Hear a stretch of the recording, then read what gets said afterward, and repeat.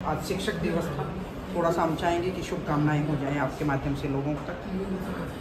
देखिए, आज teachers day की मैं सभी शिक्षक को, पूरे हरियाणा के शिक्षकों को अपना टीचर्स डे की मुबारकबाद देती हूँ। और इसी तरह से समाज सुधार के लिए समाज की रीढ़ की हड्डी बनकर कार्य करते रहेंगे हमारे शिक्षक। और जो हमारे नवयुवक हैं या नवयुवतियाँ हैं, उनको ये सलाह दूँगी कि शिक्षकों का आदर करें और जो उनकी सीख होती है उस पर चलने का।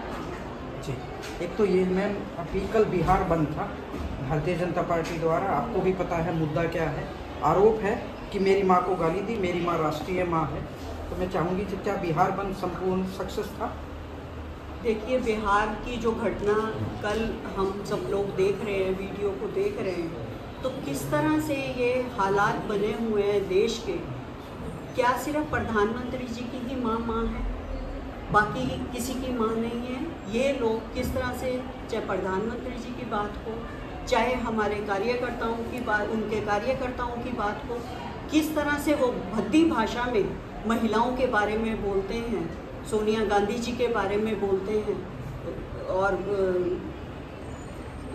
सभी के बारे में बातें बोलते हैं। किसी को स्वरूपनका बोलते हैं, किसी को कुछ बोलते हैं। इस तरह से बहुत ही निंदनीय है, बहुत ही वो है। और जो ये कार्यकर्ता जिस तरह का कार्य कर रहे हैं, जैसा राजा होगा वैसी ही प्रजा होगी, तो वो प्रजा तो उससे भी चार चंदे ऊपर ही होगी जैसा राजा होगा। तो ये उसका एक नतीजा है। इंदिरा गांधी जी के बारे में बुरा बोलते हैं, तो इनको लाइसेंस मिला हुआ है सभी को बोलने के लिए। जब मणिपुर जल रहा था, मणिपुर में निवस्त्र हमारी महिलाएं घुमाई जा रही थी, तो तब प्रधानमंत्री जी नहीं बोले, तब उनके आंसू नहीं आए। या उनके कार्यकर्ता हमारे किसी भी नेता के बारे में, सोनिया जी के बारे में, प्रियंका जी के बारे में, इंदिरा जी के बारे में, किसी भी महिला के बारे में, हमारे प्रवक्ता हैं उनके बारे में गलत बोलते हैं, तो तब क्यों चुप्पी साधे हुए होते हैं? तो ये बहुत ही निंदनीय है। हर एक की माँ बराबर है, हर एक स्त्री का मान सम्मान होना चाहिए हमारे भारत में, और ये हमारे संस्कार हैं। तो ऐसा हम बिल्कुल भी नहीं होने देंगे। वोट चोरी के मामले में जिस तरीके से कांग्रेस हमलावर है बीजेपी के ऊपर और चुनाव आयोग के ऊपर, लेकिन बीजेपी कहती है कि हिमाचल और कर्नाटका में भी सरकार नहीं है, क्या वो वोट चोरी से नहीं तो इस्तीफा दें? देखिए, वोट चोरी का मामला सामने आ चुका है, अब ये किसी के छुपा हुआ नहीं है। राहुल गांधी जी ने इसका पर्दाफाश किया है। हालांकि चुनाव आयोग ने सहयोग नहीं दिया, सहयोग ना देने के बावजूद भी हमें डिजिटल डाटा नहीं दिया जा रहा, और उन्होंने बहुत लंबे चौड़े चिट्ठे हमारे को पकड़ा दिए, कागज़ पकड़ा दिए वोटर लिस्ट के। 6 महीने लगे, साल लगा हमें उसको खंगालने में, लेकिन उसमें जो तथ्य सामने आए हैं वो किसी से छुपे हुए नहीं हैं कि किस तरह से वोट काटी गई हैं। जो कांग्रेस के लोग थे या दूसरी पार्टियों के लोग थे, उनकी वोटें काटी गई हैं, और किस तरह से जाली वोटें बनाई गई हैं। एक छोटे से एक कमरे के मकान में 80 वोटें दिखाई गई हैं। एक व्यक्ति जो है 3 स्टेट में उसका नाम है वोटर लिस्ट में, तो ये कैसे पॉसिबल हो सकता है? और ये तो हमने सीधे तौर पे दिल्ली के इलेक्शन में, क्योंकि दिल्ली के इलेक्शन हम सब टीम गई थी महिला कांग्रेस की, 1 महीना हम वही थे, और हमें वोटर लिस्ट दे दी गई थी, एक बूथ हमें संभलवा दिया गया था। तो मेरी जो हरियाणा की टीम थी वो जुलाना गांव में, उधर हमारी ड्यूटी लगी हुई थी, तो हमने देखा तो 50% से अबव जो वोट थी, जो 50%, क्योंकि हमें वो लिस्ट दी गई थी, उसमें हम घर घर जाकर इंक्वायरी की और उसमें टिक लगाना था जो फॉल्स थी, F लिखा और सारा डिटेलिंग की।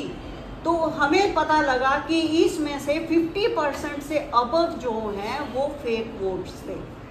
वहाँ पे वो लोग रहते ही नहीं थे, उनको पता ही नहीं है, ना आस पड़ोस को पता है, ना और है, ना घर का एड्रेस वो दिया गया है। तो ये सभी जगह ये इसी तरह से हो रहा है। अब बिहार में लोग जिंदा हैं, उनकी वोट काट दी गई है। 70 साल की एक औरत है, तो फॉर्म 6 का उपयोग जो है उसने 3 बार किया है, जबकि वो प्रथम टाइम जब कोई भी वोटिंग करता है तो फॉर्म 6 तब भरा जाता है। तो 3 बार उस 70 साल की औरत ने कैसे वो भरा? तो ये कितने तथ्य आए हैं, अभी भी इनको प्रत्यक्ष को प्रमाण की जरूरत है। चोरी तो प्रकार से जो है चोरी पकड़ ली, तो बिहार में जो चुनाव है उसको फिर कैसे आप मैनेज कर पाएंगे कि आप जीते? देखिए, अब ये जनता के सामने है, हमें जो सत्य थे वो सारी चीज़ें हमें जनता के सामने देनी थी, हमने वो जनता के सामने रख दी है। अब जनता फैसला, इनका वोट की चोट से जनता फैसला करेगी। जिस तरह से ये महिलाओं के साथ कर रहे हैं, जिस तरह से ये अत्याचार कर रहे हैं, अब कल बंद था, बिहार बंद था, और किस तरह से साइकिल वाले को, स्कूटर वाले को और किस तरह से पीटा गया और किस तरह से वो किया, तो जनता सब देखती है और जनता ही इनका फैसला करे। लेकिन वो बीजेपी के लोग कह रहे हैं कि जो बांग्लादेश से लोग आए हैं, बाहर से जो लोग आए हैं, अगर उन्होंने वोट बनवा लिए तो उनकी अगर वोट काटी जाती है तो क्या वो वोट चोरी है? आधार कार्ड बने हुए हैं, आधार कार्ड में उनके नाम है, तो वोट क्यों काटी जाएगी? कहीं का भी रहने वाला हो, जब जिस एरिया में चला गया है उसका आधार कार्ड बन गया है, तो उसकी वोट कैसे काट सकते? और चुनाव आयोग साथ नहीं दे रहा, चुनाव आयोग उनके साथ मिला हुआ है। तो ये सारी जो सिचुएशन है, इससे जनता ही लड़ेगी और हम तब तक लड़ते रहेंगे जब कि ये वोट का अधिकार अपने जो जनता है उनको नहीं मिल जाता, क्योंकि ये संविधान और लोकतंत्र को बचाने का फैसला है। आज आपने अपने संबोधन में युवाओं के संस्कार की बात की है, आपने युवाओं पे चोट की है, तो क्या कहना चाहेंगे? देखिए, आज जो स्थिति, महिलाओं की जो स्थिति हो रही है, जिस तरह से हरियाणा में अपराध आए दिन बढ़ते जा रहे हैं, किसी को भी किसी का डर नहीं रहा। चाहे आप हरियाणा के किसी भी कोने को देख लो, रोजाना आप अखबार में कोई ना कोई वारदात ऐसी देखेंगे जिससे कि दिल दहल जाता है। मैं पानीपत भी गई, 6 साल की बच्ची के साथ अभी वारदात हुई। क्या 6 साल की बच्ची कह देते हैं कि अपने आप भाग गई जी, या इसके अफेयर्स थे? क्या 6 साल की बच्ची अफेयर्स कर रही थी? क्या 70 साल की औरत जो है वो सुरक्षित नहीं है, घर में सुरक्षित नहीं है, सड़क पे सुरक्षित नहीं है, स्कूल में सुरक्षित नहीं थी? तो क्या ये एटमॉस्फेयर गवर्नमेंट हमें दे रही है? महिलाओं को क्या दे रही है? सुरक्षा का किसको देने का अधिकार? जो सुरक्षा है महिलाओं को, बच्चियों को देने का अधिकार उसका सरकार का है, तो वो क्यों नहीं दे रही, क्यों नहीं कर पा रही? और गुंडागर्दी इतनी बढ़ गई है, आए दिन सरेआम गोलियां चल रही हैं हरियाणा में, जो कि एक शांत हरियाणा था, कभी भी इस तरह की वारदात नहीं। पंचकुला की बात हुई, पंचकुला बिल्कुल शांत एरिया है, उसमें आए दिन गुंडागर्दी हो रही है। यमुनानगर है, आए दिन सरेआम घरों में जा जाके गोलियां मारी जा रही हैं। तो कहाँ है सरकार, कहाँ है एडमिनिस्ट्रेशन? बाढ़ से आई बड़े हालात को बीजेपी आपदा बता रही है, आप क्या कहेंगे? बाढ़ से आए आपदा बता रही है, तो उसका समाधान कौन करेगा? सीवरेजेस जो हैं उनको कंट्रोल क्यों नहीं, पहले से सफाई क्यों नहीं की जाती, ताकि उसका निकास जो है पानी का अच्छी तरह से हो सके? उनको भी पता है आपदा आ सकती है और बारिश का मौसम है, आएगा, पानी हमारे पास ज़्यादा आएगा, लेकिन वो सीवरेजेस जो व्यवस्था करनी है उससे पहले, तो वो तो सरकार का काम है ना, सरकार करेगी काम। तो वो सरकार क्यों नहीं अपनी जिम्मेवारी वो कर रही, वो दूसरों पे टालने की क्यों बात कर रही है?